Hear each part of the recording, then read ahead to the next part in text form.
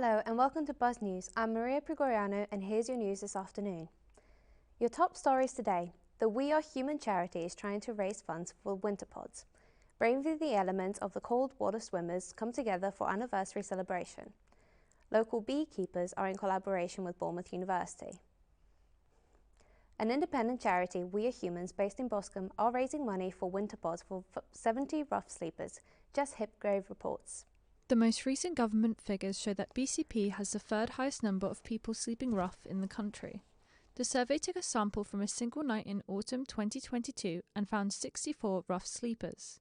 The council acknowledges it could do more. The winter pods cost £30 each and provide 10 to 15 degrees more warmth than a tent and are considerably more waterproof. Unsheltered homelessness can lead to hypothermia, which can lead to hospitalisation and even death. I spoke to BCP councillor Simon Bull on what the council are doing for the issue.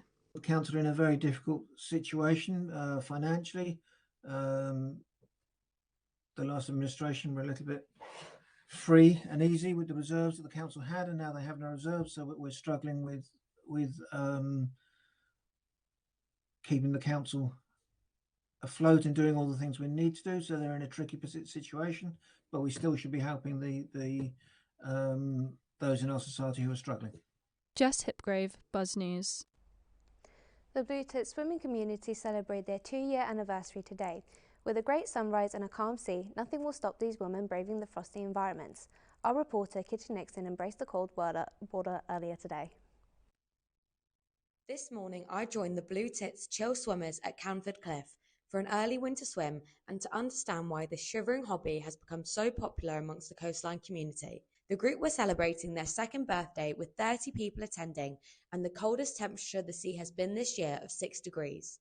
I spoke to member Joe and Chief Tit Sarah about the benefits and why they love wild swimming. A big one is mental health, which is quite prevalent for lots of people at the moment and post-COVID and things. But menopausal symptoms are relieved, pain relief, blood pressure. Yeah. There's loads of stuff, isn't there? Yeah. And just getting in the water every day, scream your head off, swearing, doing whatever, releasing everything out your system. It's just absolutely awesome. Yeah. Absolutely awesome. And the girls in the group, everyone, it's like a bonding because it doesn't matter what background you come from, who you are, you all bond on the day getting in that sea. You're all like one flock. It is a flock. I then joined Sarah and fellow dippers to experience my first ever wild swim. With thermal gloves and boots, the first experience was exhilarating, and the passion throughout the group for the hobby exceeded my expectations. So it's 8:30 in the morning, and I've just gone wild swimming for the first time with Blue Tits. Their birthday is 2 years today, and they just bring people together from the community to go wild swimming every morning for health benefits and fun. Because it's so cold, as you've discovered, you're not thinking about anything else, whatever's going on at home or with family or work. It's gone for that 5 to 10 minutes. You might be having a bad time and you come down here and, you know, it's absorbed into the group. Kitty Nixon, Buzz News. David and Helga Aldersey have been keeping bees for over 20 years and are collaborating with Bournemouth University. Jemima Cooper tells us more. I'm outside Christchurch House at Bournemouth University, where 3 bee colonies are being kept, provided by David and Helga. They'll be visiting the uni in early February for the Refreshers Fair to talk more about beekeeping and give out samples of their honey. Helga and David Aldersey have been beekeepers for over 20 years. From their own garden, they produce and sell their own organic honey with a total of around 12 to 17 colonies of bees. The local couple tells us more. Well, we started some 20 odd years ago with just a single hive in the garden. One colony tends to become 2 as a way of controlling swarming. And we've now got something like 10 or 12 hives permanently. And if you keep bees, of course, the bees are going to produce honey for you. The 10 or 12 hives that we keep in production produce something in excess of a tonne of honey each year. To find out more about these local beekeepers, please visit buzz.bournemouth.ac.uk. Jemima Cooper, Buzz News. BCP Extinction Rebellion held a community assembly this week, posing the question, should the default speed limit be lowered by 20 miles per hour? The assembly aimed to give the community a voice on issues surrounding road safety and sustainability. The majority of those who attended were opposed to the idea of lowering the limit. Adam Osman tells us more.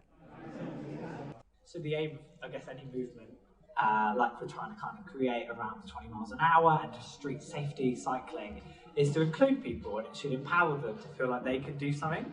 And the aim of the Assembly is to do that in a way that normal politics doesn't. We're not just going to elect someone, people are going to be part of the decision making in a way they might not be used to. Now the sport with Callum Crompton.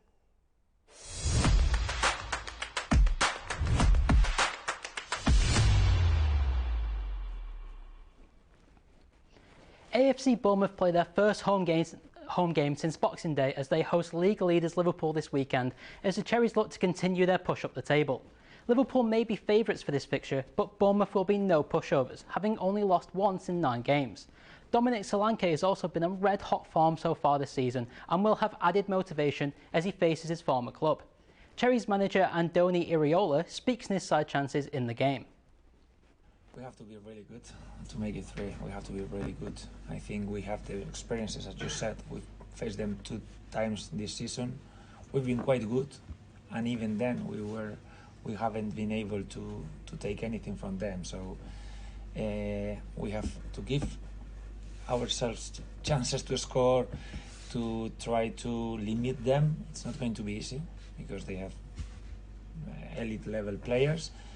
But I think if we are playing like we did during November, December, I think we have. In more Bournemouth news, striker Dango Semenyo featured in a 2-2 draw for Ghana against Egypt last night, earning a valuable point to avoid an early AFCON exit. Premier League compatriot Mohamed Kudus scored both goals for the Black Stars.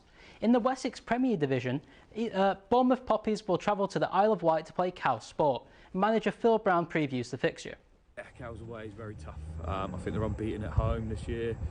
They're flying. They're looking for top 6 finish, I reckon, this year. So, yeah, it's going to be a tough place to go, and yeah, hopefully we can smash and grab maybe and get something. Back to you, Maria. The annual Dorset Original Music Awards are happening tonight. The prestigious event is for the first time being hosted at Poole Lighthouse. Adam's with us live. What's happening where you are, Adam? I'm here at the Lighthouse in Poole, where everyone is setting up and getting ready for an evening of celebrating the local Dorset music scene. We've got performances from Soulhole and last year's winner, Millie Watson.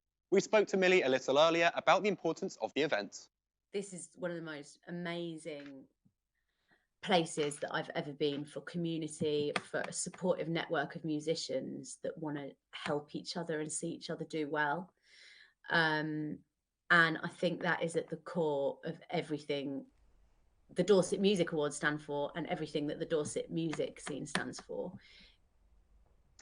The event will be going ahead very soon, with awards such as Best Newcomer and Best Solo Artist being announced. It looks as if it's going to be an evening of fun and celebration here in Poole. Back to you, Maria. That's all for today. Bye for now.